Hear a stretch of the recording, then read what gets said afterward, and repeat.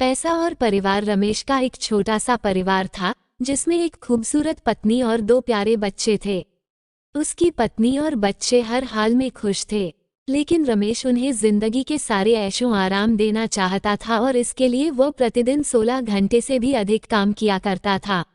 दिन भर ऑफिस में काम करने के साथ साथ वह सुबह और शाम ट्यूशन सेंटर में ट्यूशन भी पढ़ाया करता था। वह सुबह सुबह घर से निकल जाता और आधी रात के बाद घर लौटता था। बच्चों के लिए उसका चेहरा देखना मुहाल था, क्योंकि सुबह सवेरे उसके घर से निकलते समय बच्चे सोते रहते और देर रात घर में कदम रखने के पहले ही सो चुके होते।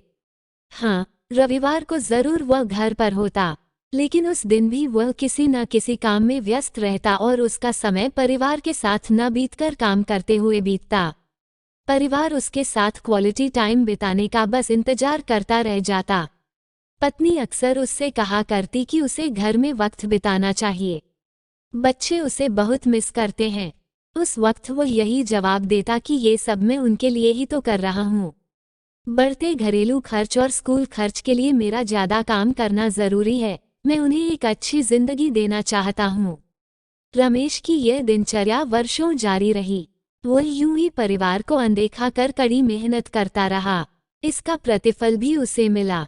उसे पदोन्नति प्राप्त हुई, आकर्षक वेतन मिलने लगा। परिवार अब बड़े घर में रहने लगा। खाने पीने और अन्य सुविधाओं की उन्हें कोई कमी न रह गई। लेकिन रमेश का यूं ही काम करना जारी रहा। वह अधिक से अधिक पैसे कमाना चाहता था। पत्नी पूछती कि आप पैसे के पीछे क्यों भाग रहे हैं? हमारे पास जो है हम उसमें खुश रह सकते हैं। तो उसका जवाब होता कि मैं तुम्हें और बच्चों को दुनिया जहां की खुशियां देना चाहता हूँ। बस कुछ साल और मुझे मेहनत करने दो। पत्नी चुप हो जाती। 2 साल और बीते। इन 2 सालों में रमेश बमुश्किल अपने परिवार के साथ समय बिता पाया। बच्चे अपने पिता को देखने, उससे बातें करने तरस गए। इस बीच एक दिन रमेश की किस्मत खुल गई। उसके दोस्त ने उसे अपने व्यवसाय में हिस्सेदारी की पेशकश की और इस तरह रमेश एक व्यवसायी बन गया। व्यवसाय अच्छा निकला और रमेश को पैसे की कोई कमी नहीं रह गई थी। उसका परिवार अब शहर के सबसे अमीर परिवारों में से एक था। उनके पास सभी सुख सुविधाएं और विलासिता थी, लेकिन अपने बच्चों से मिलने का समय उसके पास अब भी नहीं था। अब तो वह बमुश्किल घर पर रह पाता। उसका अधिकांश समय घर से दूर बिजनेस टूर में बीतता। साल गुजरने के साथ उसके बच्चे बड़े हो गए। अब वे किशोरावस्था में पहुंच गए थे। रमेश ने भी इन सालों में इतना पैसा कमा लिया था कि उसकी अगली 5 पीढ़ियां शानदार जीवन जी सकती थी। एक दिन रमेश के परिवार ने छुट्टी बिताने समुद्र तट स्थित अपने घर जाने की योजना बनाई। बेटी ने उससे पूछा, पापा, क्या आप एक दिन हमारे साथ बिताएंगे? रमेश ने जवाब दिया, हाँ जरूर। कल तुम लोग जाओ, मैं कुछ काम निपटाकर 2 दिन में वहां पहुंचता हूँ। उसके बाद का मेरा पूरा समय तुम लोगों का है।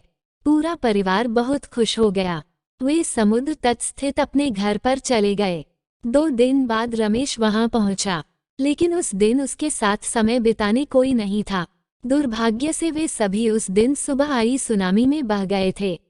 रमेश अपनी पत्नी और बच्चों को कभी नहीं देख सकता था। करोड़ों की संपत्ति होने के बाद भी वो उनके साथ का एक पल नहीं खरीद सकता है। वह पछताने लगा।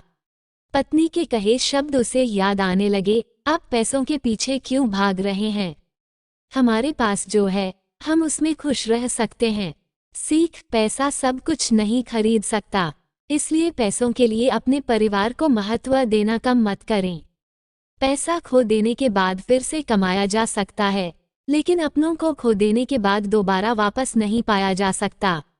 अगर वीडियो अच्छा लगा हो तो वीडियो को लाइक करें और ऐसे ही कहानी सुनने के लिए चैनल को सब्सक्राइब कर लेना। Thank you.